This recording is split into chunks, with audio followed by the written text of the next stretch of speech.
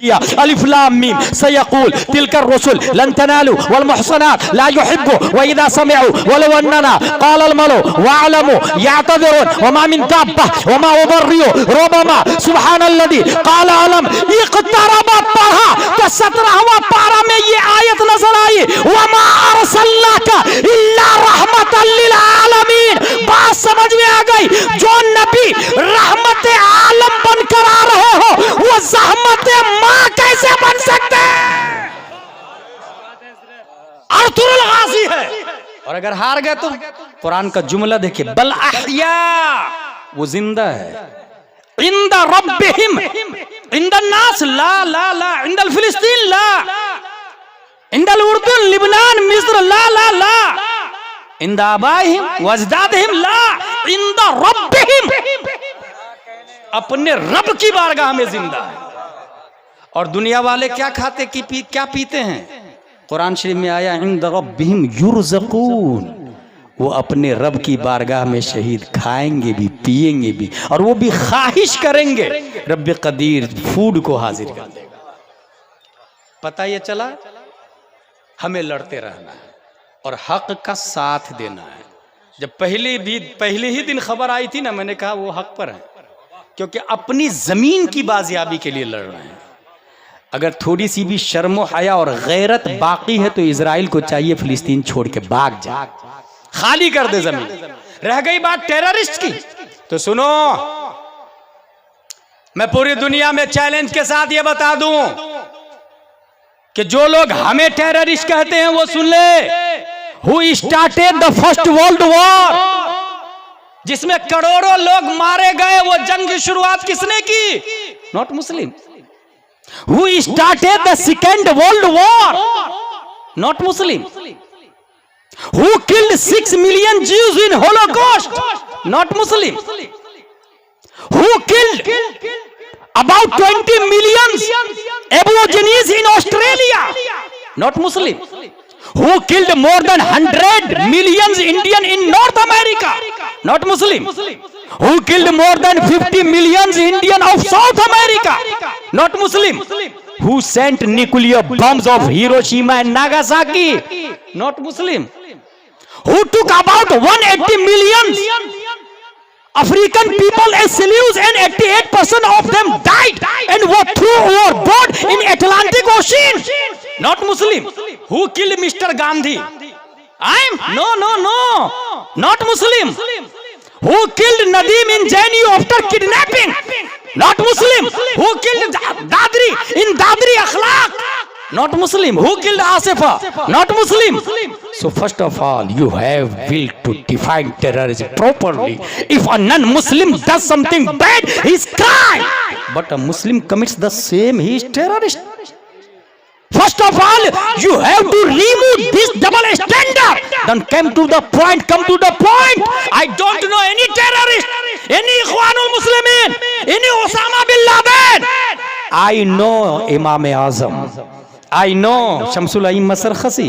भाई साहब, हम फॉलोवर है इमाम अहमद बिन हम्बल के। वो टेररिस्ट कैसे हो सकते हैं? 28 महीने जेल में रह के मार खा के आए वो टेररिस्ट कैसे हो सकते हैं भाई साहब? हम शमसुल अइम्मा के फॉलोवर है, 12 साल जेल में रहे मगर बगावत नहीं किया, हम कैसे टेररिस्ट हो सकते हैं भाई साहब? हम मुजद्दिद अल्फसानी के गुलाम हैं।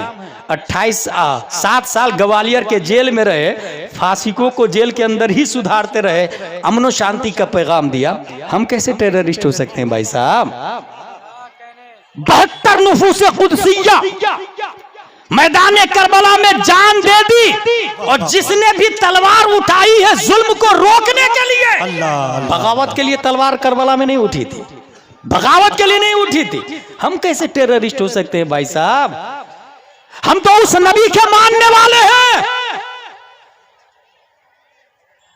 मां के पेट में, आखिरी पॉइंट वमा अलैना इल्लल बलाग मेरा आ रहा है, मां के पेट में बच्चा बाप की पीठ से जब मां के पेट में मुंतकिल होता है, कितना ग्राम होता है?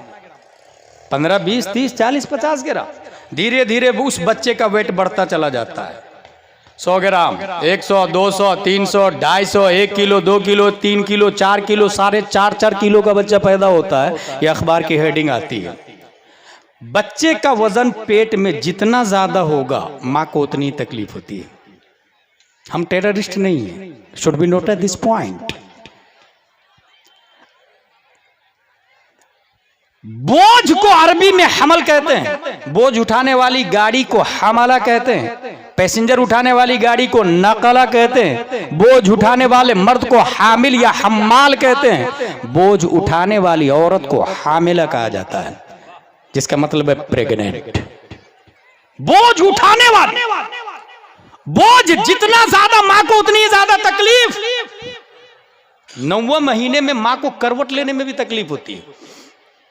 बच्चा तकलीफ का सबब कौन है? बच्चा है तकलीफ का सबब। बोझ जितना ज्यादा मां को उतनी ही तकलीफ।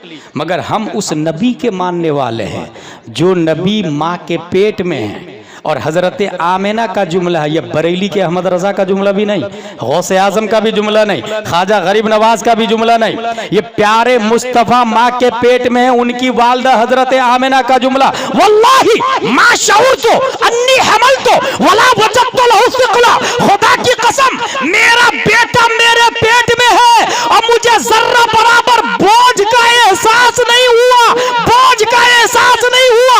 अगला जुमला सुने, हजरत आमिना इरशाद फरमाती है आज की माएं ज़चगी के आलम में दम तोड़ देती है, उनकी रूह प्रवास कर जाती है। इसीलिए एक बच्चा अपनी मां का हक नहीं अदा कर सकता, जिंदगी भर कांधे पे बैठा के खाने काबा का तवाफ कराता रहे, अपनी मां का हक अदा नहीं कर पाएगा, क्योंकि ज़चगी के पीरियड में जो तकलीफ होती है उस तकलीफ का कोई कफारा नहीं हो सकता।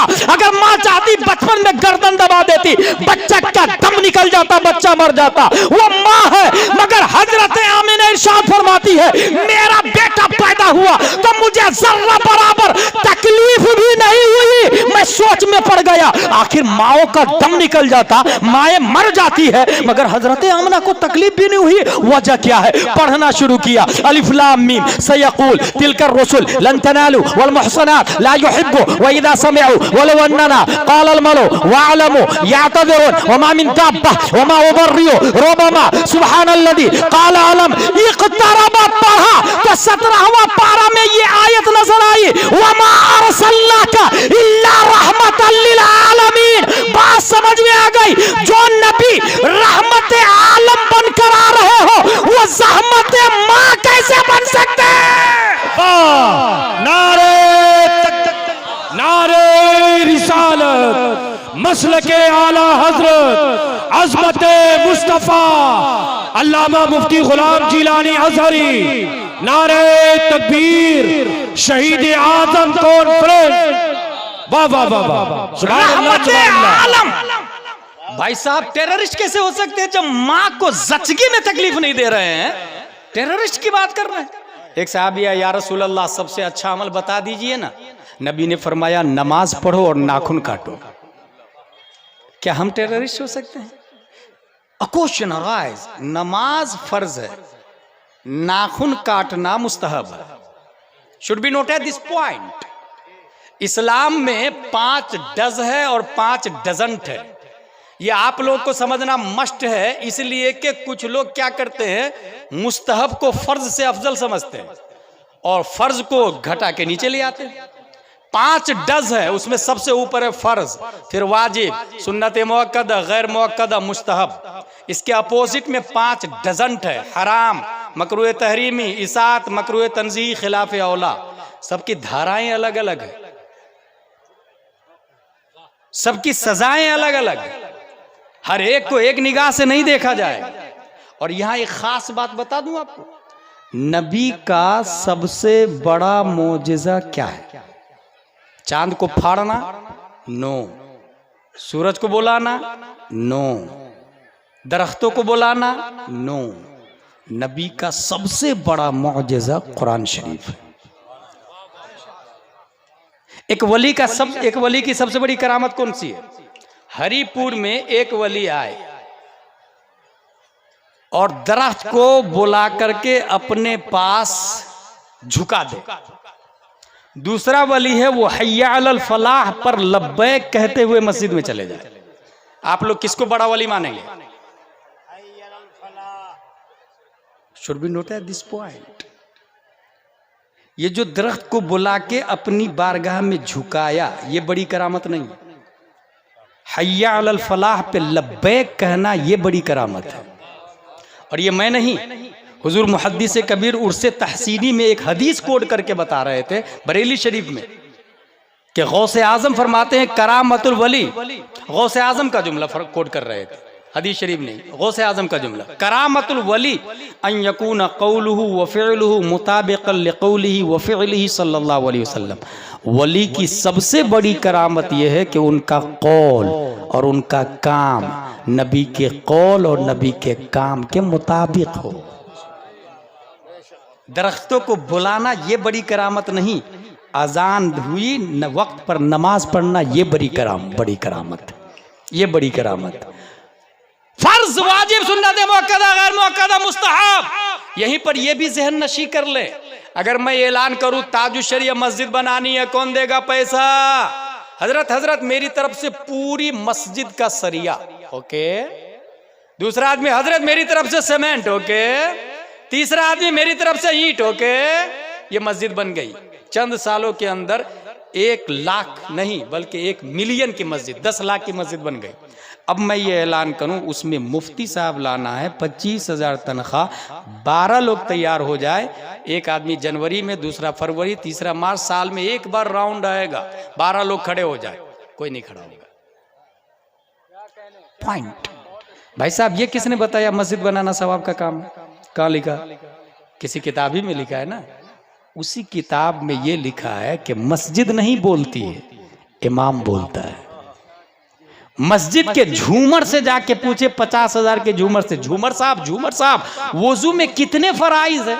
मस्जिद का झूमर बताएगा वुजू में 4 फराइज है, चेहरा धोना, हाथ धोना, मसा करना, पाँव धोना। दरवाजा साहब आप तो 10,000 के हैं, आप बताइए ना गुस्ल में कितने फराइज है? मस्जिद का दरवाजा बताएगा गुस्ल में 3 फराइज है, कुल्ली करना, नाक साफ करना, पूरे बदन पे पानी बहाना। मिंबर साहब आप तो राजस्थान से तशरीफ लाए हैं, आप जो मार्बल के हैं, आप जरा बता दीजिए ना सुलह कुल्ली में और सुन्नी में क्या फर्क है? क्या वो मिंबर बताएगा कि सुलह कुल्ली उसको कहते हैं जिसका अकीदा वहाबियों से ज्यादा खतरनाक है, जिसके बारे में ताजुश्शरिया ने फरमाया सुलह कुल्ली नबी का नहीं, सुन्नी मुस्लिम है सच्चा नबी के लिए? ये मिंबर बताएगा। पता क्या चला? मस्जिद साइलेंट है, वायलेंट इमाम है। मस्जिद साकित है, नातिक इमाम है।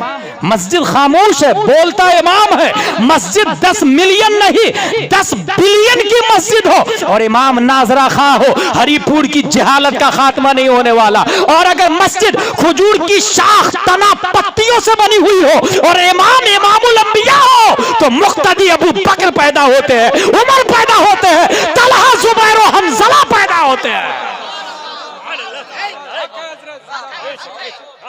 ये है जलसा, इसको कहते हैं काम, इसको कहते हैं काम की बातें।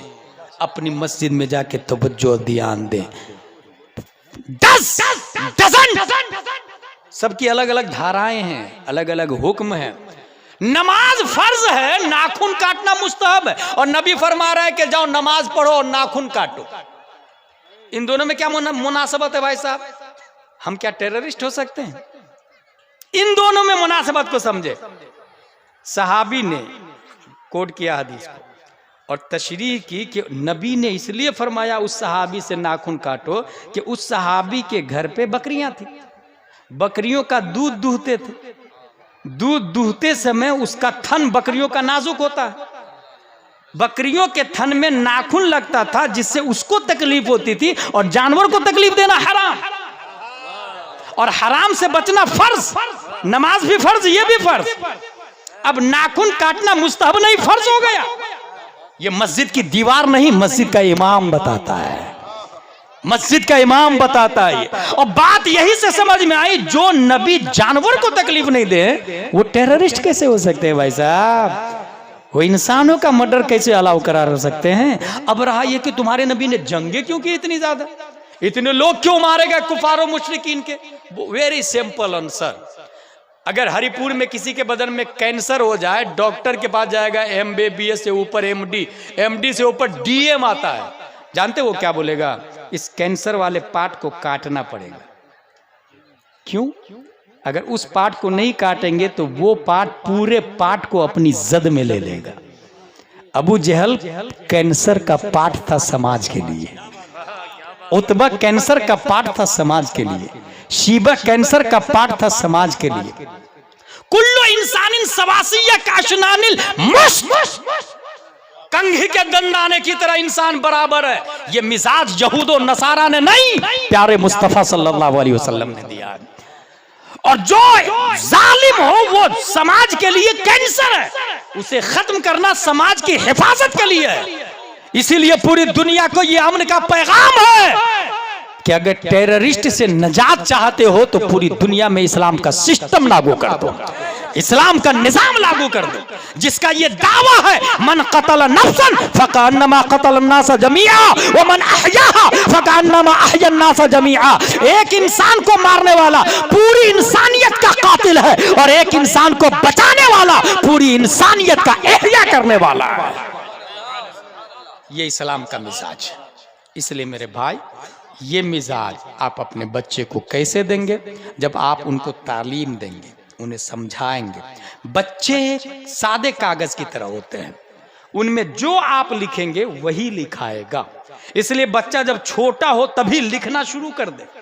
कभी आपने इसकी बहुत भारी दलील देने जा रहा हूं। इंसान अगर बहरा पैदा होता तो फिर वो गूंगा भी रहता है। फिर से सुने, इंसान अगर बहरा पैदा होता है तो वो गूंगा भी रहता है। क्यों?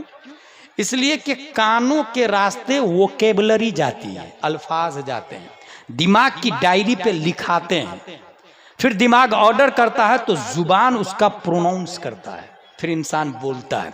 लेकिन कानों के रास्ते वोकेबलरी नहीं गई, अल्फाज ही नहीं गए। मिम अलिफ जबर मा नून गुन्ना मा, कानों के रास्ता गया नहीं, दिमाग में लिखाया नहीं, इसलिए बोल नहीं पाता। जुबान है, मखरज है, खुरूज नहीं। मखरज है 14 मखरज, 15, 16, 17 मखरज, सीबुए, फर्रा और